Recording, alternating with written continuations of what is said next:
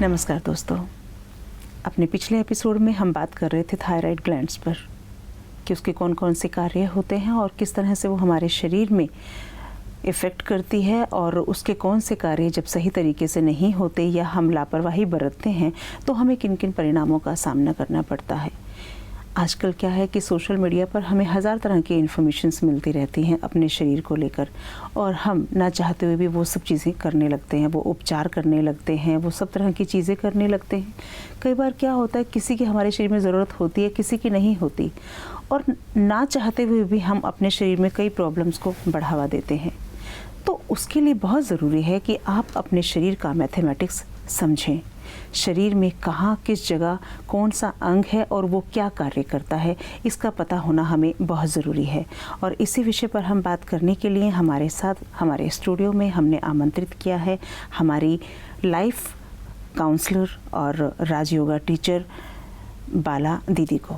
दीदी ओम शांति। ओम शांति अदिति बहन जी। दीदी, हम अपने पिछले एपिसोड में बात कर रहे थे थायराइड ग्लैंड्स पर। आपने बताया कि वो किस तरह से कार्य करती है, तो हम उसी को अब आगे जारी रखेंगे। जरूर। और आप बताइए कि और कौन कौन से कार्य हैं उसके। देखिए, जैसे बहुत इम्पोर्टेंट कार्य आपको बताए, स्वभाव को नियंत्रण जी करती है और पारिवारिक जीवन को कैसे ये प्रभावित करती है। आवाज़ के बारे में बताया, आवाज़ किसी की मधुर कर्कश। तो ये थायराइड ग्लैंड जो है हमारे अंदर में हमारी बहनों की प्रॉब्लम के लिए भी बहुत ज़रूरी है। बहुत ज़रूरी है, मैं जानना चाहूँगी। हाँ जी। क्योंकि ये एमसी को नियंत्रण में करती है। अच्छा। और साथ साथ हमारे जो प्रजनन अंग है उनको स्वच्छ भी करती है। अच्छा। और आजकल हम देखते हैं क्योंकि इन्फेक्शन बहुत होते हैं, तो कई तरह के मार्केट के अंदर ऐसे जैसे वी वॉश वगैरह हम यूज़ करते हैं। अनेक तरह की एंटीबायोटिक भी लेते रहते हैं, लेकिन हमें ध्यान देना होगा कि ये जो प्रॉब्लम्स है ये क्यों आ रही है। जी। मेन जो रीज़न है वो जानना बहुत ज़रूरी है। हमें डॉक्टर्स नहीं बता रहे हैं जी, क्योंकि हमें अपने स्वभाव में तब्दीली लाना बहुत ज़रूरी है। हम कहते तो रहते हैं पॉजिटिव पॉजिटिव, लेकिन कहाँ से पॉजिटिविटी मिलेगी ये हमें पता नहीं होता। हम हमारी चारों तरफ नेगेटिव ही एटमॉस्फेयर है, वो सुई हम ग्रहण करते हैं और दवाइयाँ खाते रहते हैं, चलते रहते हैं। तो ज़रूरी होता है हमारे साथ शरीर है तो शरीर की केमिस्ट्री को भी हम जाने कैसे क्या होता है इसके अंदर। तो ये कुछ चर्चा को लेकर हम ये बातें जो करने जा रहे हैं इसके अंदर में, जैसे थायराइड ग्लैंड के बारे में आपने बताया और क्या कार्य है तो बताया। जैसे माहवारी और प्रजनन को स्वच्छ रखती है, काम इच्छा को भी गति देती है। साथ साथ ही हमारे पेशाब बाथरूम की क्षमता को भी नियंत्रण में रखती है। अच्छा। कार्बन डाइऑक्साइड के निष्कासन को प्रभावित करती है। ऑक्सीजन के उपयोग की मात्रा को भी प्रभावित करती है जी। और ये हमारे श्वास की गति के लिए भी बहुत इम्पोर्टेंट है, उसके संचालन के कार्य में मददगार, उसमें भी ये मददगार बनती है। और साथ साथ ये हमारे अंदर शरीर में कैल्शियम, आयोडीन और कोलेस्ट्रॉल की मात्रा का उसको अनुपात बैलेंस में रखती है। कितना और ये बैलेंस हमारे लिए बहुत ज़रूरी है जी। शरीर में रक्त के प्रवाह के लिए और कोलेस्ट्रॉल की मात्रा का सही अनुपात होना जरूरी है, और साथ साथ घाव भरने के लिए अच्छा। और हड्डियों की मजबूती के लिए इन तीनों का अनुपात बैलेंस में होना बहुत जरूरी है। क्योंकि आजकल हम देखते हैं कितनों को, ऑलमोस्ट सभी को बोन्स की कितनी प्रॉब्लम्स बहुत ज़्यादा है अभी तो जी, बिल्कुल हो रही है। तो इसके लिए थायराइड ग्लैंड, क्योंकि सभी ग्लैंड का आपस में सामूहिक मिलजुल कर कार्य करती है, तो थायराइड ग्लैंड भी इसमें अपना बहुत रोल अदा करती है। क्योंकि इस शरीर सारा इसी से, जो भोजन हम करते हैं उसी से बनता है, तो ये घाव भरने, हड्डियों के विकास के लिए जरूरी हो जाता है। जी जी जी जी। और अगर इसको हम ज़्यादा ये ओवर चार्ज कर लेते हैं, क्योंकि एक स्पार्क जनरेटर की तरह से कार्य करती है। अच्छा। ज़्यादा चार्ज होने पर हमें थकावट बहुत महसूस होती है। और ये कैसे करते हैं हम इसको ओवर चार्ज? हम भोजन के जरिए टू मच एक्टिव रहते हैं, बहुत तो मच एंजाइटी भी रहती है। अच्छा। वो जो फूड तो ओवरचार्ज कर लेते हैं कई बार हम ज़्यादा इसको, तो इसका भी इसके ऊपर इफेक्ट आता है। अच्छा। आज हम बहुत देखते हैं, बहुत ये होती है एंजाइटी इसमें जल्दी, तो इसके लिए ज़रूरी है क्योंकि ओवरचार्ज होने से हमें थकावट महसूस होती है। बहुत एम्बिशियस है ना आज का व्यक्ति, बहुत ज़्यादा होता है, और इससे फिर वजन बढ़ने लगता है इसमें खराबी आने से जी। और ओवरचार्ज करने से अगर डिस्चार्ज जल्दी कर देते हैं तो व्यक्ति बहुत उत्साहित हो जाता है, दुबला पतला कमजोर।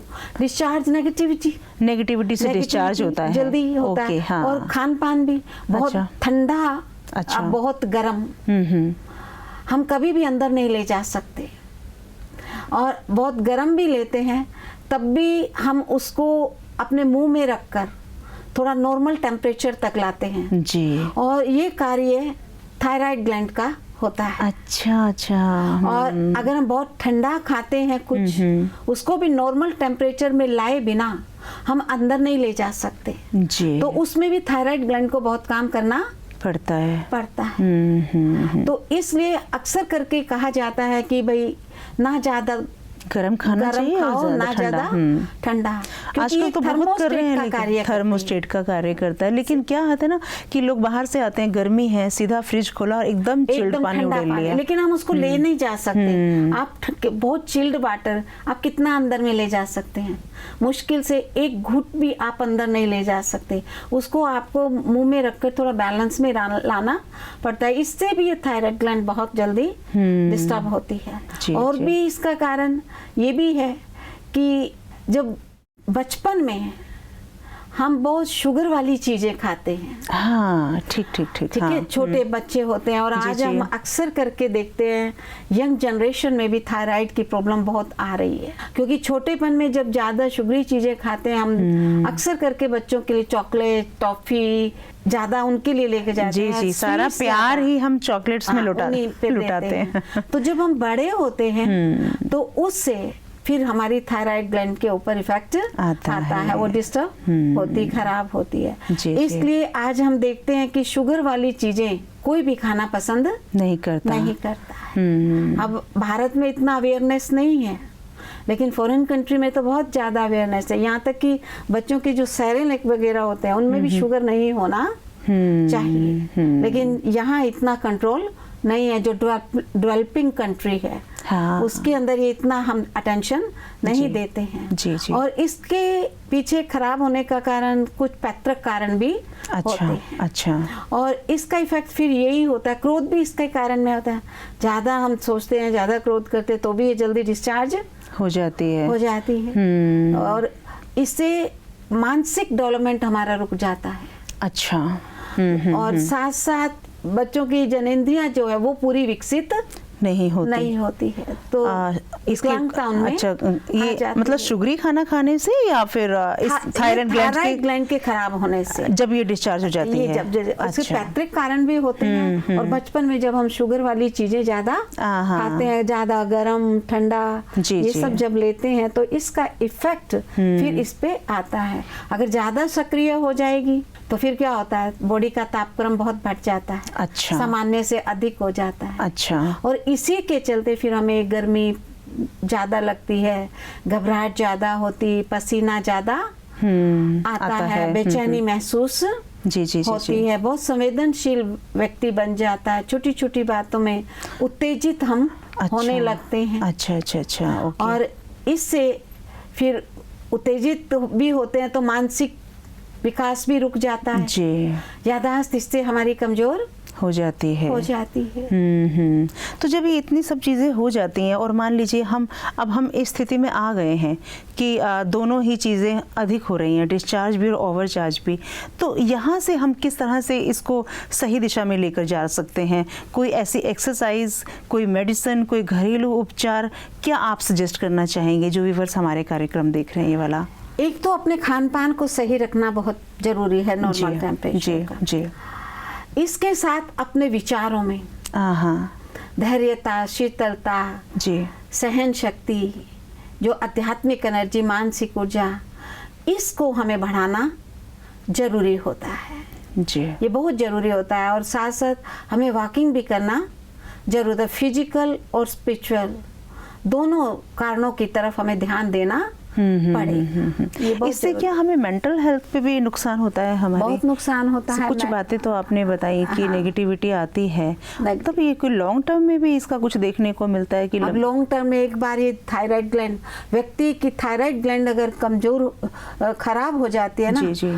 तो व्यक्ति में शक्ति नहीं रहती है, क्योंकि सारा भोजन का पाचन इसी के अधीन होता है। जी जी जी। और इससे दूसरी ग्लैंड के कार्य प्रणाली पर भी पूरा इफेक्ट आता है। क्योंकि आपस में अब सब बताया मिलके कि कार्य जैसे करते हैं। हड्डियों की हाँ। प्रॉब्लम आ रही है, घाव भरने की प्रॉब्लम्स, जी। तो ये सारी प्रॉब्लम हम फेस ही तो कर रहे हैं। जी जी। आज जी। हर व्यक्ति इन चीजों के कितना हड्डियों की प्रॉब्लम आज हम फेस करने हैं। जी। व्यक्ति आज का व्यक्ति कितना सेंसिटिव है, बहुत सेंसिटिव है। जी। और जल्दी से एक बार मूड खराब हो जाए तो जल्दी से ठीक भी नहीं कंट्रोल होता। करना उसको हाँ। बड़ा मुश्किल होता है। याददाश्त कितनी जल्दी आज यंग बच्चों को भी हम देखते हैं, कहेंगे मैं भूल जाता हूँ। तो खान पान की तरफ भी ध्यान देना बहुत जरूरी होता है, क्योंकि हमारा पाचन का संस्थान या पाचन क्रिया जो है उसके ऊपर हमारे विचारों का भी बहुत प्रभाव पड़ता है। कहते हैं ना, जितना व्यक्ति खुशी में रहता है तो खुशी में रहता है तो सब कुछ हजम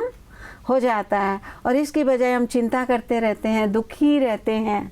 बचपन में भी हम अपने पूर्वजों से सुनते आए, अगर हम चिंता में रहते हैं, दुखी रहते हैं, तो इससे अच्छा भोजन ना खाएं, क्योंकि वो भोजन जहर बन जाता है। और अभी तो इस पर रिसर्च भी हो रही है जी जी जी। कि भोजन करते वक्त हमें कभी टीवी नहीं देखना चाहिए। अच्छा भोजन भी उससे टॉक्सिक हो जाता है। जी, जी, अगर जी। भोजन करते वक्त हम टीवी देखते हैं तो कार्बोहाइड्रेट जो है ना वो सड़ने लग जाता है। प्रोटीन, वो भी कार्बोहाइड्रेट वो फर्मेंट हो जाता है, प्रोटीन भी सड़ने लग जाता है। अगर हमने अच्छा, मान लो फल फ्रूट्स भी हम खाते हैं तो जो उससे विटामिन मिनरल चाहिए वो भी टॉक्सिक हो जाते हैं, क्योंकि जैसा सीन हम देखते हैं हमारे अंदर में फिर वैसे विचार आने लगते हैं। मनोदशा का फर्क बहुत हमारे पूरे शरीर पर पड़ता है। इसलिए हम राजयोगी हैं और इसमें हमको यही सिखाया जाता है, जो हमारे प्यारे ब्रह्मा बाबा थे, खान पान के वक्त कि हमें अपने आत्मिक स्वरूप में स्थित होकर, आत्मिक स्वरूप में यही शांति, प्यार, सुख, आनंद से भरपूर होकर हमें भोजन करना चाहिए। जब हम ऐसे भोजन करते हैं तो उस भोजन का डाइजेशन अच्छा होता है, और वो भोजन से जो एनर्जी हमको मिलती है, स्पिरिचुअल पावर ब्लड के जरिए जब हर ऑर्गन तक जाती है तो शरीर पूरा हमारा ऊर्जावान बन जाता है। लेकिन अभी तो हम जिस परिवेश में जी रहे हैं, अब तो इतना आगे हम इसमें आ चुके हैं, हमें पता भी नहीं चल रहा कि हमसे गलती कहाँ हुई, हम कहाँ से शुरू करें। क्योंकि अब टीवी देखकर भोजन करना और जल्दी जल्दी भोजन करना, क्योंकि ना हमारे सोने के टाइम है ना जगने के टाइम है, हमें तो ये भी नहीं पता कि हमें कौन सा भोजन कब करना चाहिए। हम इतनी ज़्यादा इस दौड़ में इतने आगे निकल चुके हैं, तो हम कहाँ से ये शुरुआत करें, कहाँ हम रुकें। से बहुत सारी बातें तो आपने बताई कि आध्यात्मिकता के मार्ग पे हम चल के कर सकते हैं, लेकिन फिर भी एक शुरुआत जो हम कर सकते हैं। देखिए, जैसे कि बताया कि बायोलॉजिकल क्लॉक आप सबकी खराब है जी, ठीक है ना। अगर हमें प्रकृति को लाखों अपने साथ लेकर ही चलना पड़ेगा, और जो टाइम टू टाइम हमारे शरीर के अंदर से हार्मोन्स निकलते हैं, जैसे मैंने कुछ चर्चा भी की, 9 बजे हमारा नींद का हार्मोन्स निकलता है। ऐसे ही थायराइड की दवाई हम कब लेते हैं? सुबह 5 बजे लेते हैं, क्योंकि इस समय थायराइड हार्मोन रिलीज होते हैं। जी जी, खाली पेट लेते हैं। और इस समय फिर हम क्यों लेते हैं? जब हम वो लेते हैं तो वो बैलेंस में निकलना शुरू हो जाते हैं जी। और इसलिए उसके आगे पीछे हम लेते हैं, हार्मोन्स तो अभी निकल भी चुके हैं जी। तो इससे थायराइड की प्रॉब्लम बढ़ती जाएगी। इसलिए कहते हैं भाई, जिस ग्लैंड से जिस समय जो हार्मोन्स निकलते हैं तो उसको सही करने के लिए उसी समय वो दवाई हम लेते हैं। ऐसे ही इंसुलिन 8 बजे निकलता है जी जी। और वैसे भी 7 से 8-9 के बीच में अगर हम भोजन करते हैं तो आमाशय अच्छा काम करता है, और क्योंकि उस समय इंसुलिन भी निकलता है, तो भोजन से जो एनर्जी मिलती है तो उसको ग्रहण करने में वो मदद करता है। इसीलिए कहते हैं कि नाश्ता सुबह 8 बजे तक हो जाना चाहिए। 8 बजे 9 बजे तक जरूर हो जाना चाहिए, होना चाहिए। तो ये सब कनेक्टेड होते हैं। जी जी। ऐसे ही पीनियल ग्लैंड जो है हाँ। वो रात में 2 बजे चार्ज होती है। अच्छा। उसमें गहरी नींद होनी चाहिए। और उसका क्या कार्य होता है, अगर हम दो सेंटेंस में जानना चाहें? नहीं तो एक्चुअल में अगर वो बहुत इम्पोर्टेंट ग्लैंड है। अच्छा। कहते हैं मन का वास उसी में होता है। अच्छा। और उस समय अगर हमें गहरी नींद आ जाती है तो ग्लैंड चार्ज हो जाती है। ओके। और 4 बजे पिट्यूटरी ग्लैंड का सिक्रेशन होता है। अच्छा। और उस समय हम उठ जाते हैं अगर, और बाबा कोई परमात्मा की याद में हम रहते हैं। कुछ भी देखो, दुनिया में भी लोग अर्ली मॉर्निंग में ब्रह्म मुहूर्त में उठते हैं। क्यों उठते हैं? जी।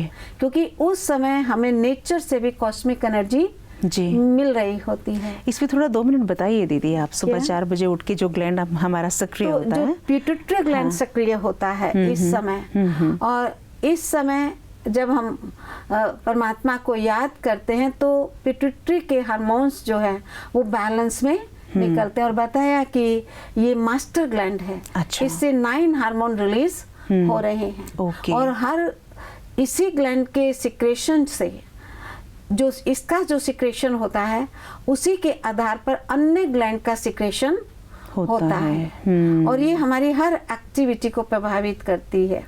जैसे हमारी इंटरनल एक्टिविटीज होती है, शुगर की मात्रा का नियंत्रण, तापक्रम, बताया हृदय की धड़कन का को कंट्रोल करती है। और साथ साथ ये हमारे मानसिक विकास को भी प्रभावित करती है। आज हम देखते हैं शारीरिक विकास को भी प्रभावित करती है जी। आज अक्सर करके बौना व्यक्ति क्यों होता है? अगर पिट्यूटरी ग्लैंड जो है अधिक सक्रिय हो जाती है तो व्यक्ति बहुत एक्स्ट्रा ऑर्डिनरी लंबा हो जाता है। अच्छा।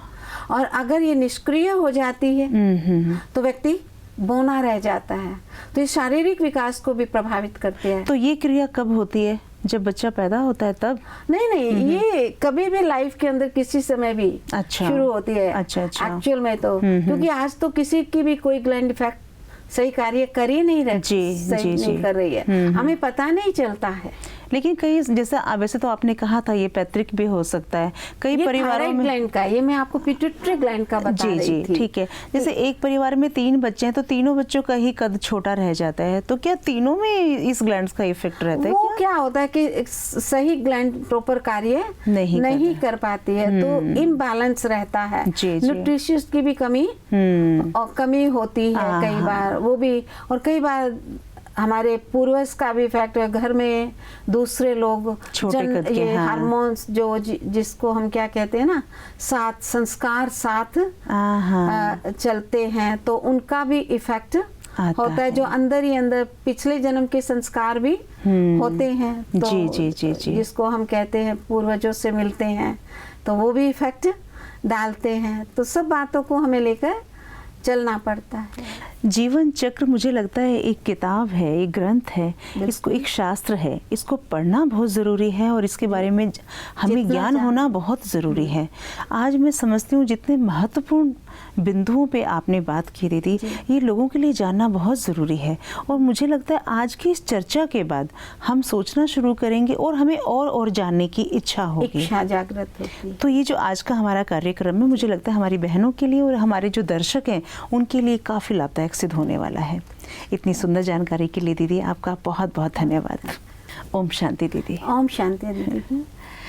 तो दोस्तों, आज हमने देखा कि हमारे शरीर के अंदर कौन कौन से ग्लैंड्स होते हैं और उनका क्या क्या कार्य है, और उनके जो कार्य हैं वो जानकर मैं तो सचमुच अचंभित हुई। तो जाहिर है आप लोगों को भी तो अचंभा हुआ होगा, है ना? तो हम अपने शरीर के शास्त्र को जानें, कैसे हमारा शरीर अंदर से कार्य करता है और किस तरह से हम लगातार लापरवाहियाँ करते चले जा रहे हैं अपने शरीर के प्रति, और फिर हम इलाज करते हैं बाहरी तौर पर। वो इलाज तभी तो हमारा स्थायी नहीं रह पाता क्योंकि हमें प्रॉब्लम ही नहीं पता। अगर हमें प्रॉब्लम पता है तो हम उसका इलाज करेंगे, और इलाज करेंगे तो हमें आराम भी मिलेगा। चलिए आज से थोड़ा सा अपने बारे में सोचने की हम कोशिश करते हैं, और क्योंकि हम हैं तो सब है, इसलिए अपने बारे में जागरूक होइए, अपने शरीर के बारे में जानिए और यथासंभव कोशिश कीजिए कि आप एक हेल्दी लाइफस्टाइल अपना सकें। एक नए विषय के साथ फिर आपके सामने हाजिर होंगे, तब तक के लिए दीजिए इजाज़त। नमस्कार, ओम शांति।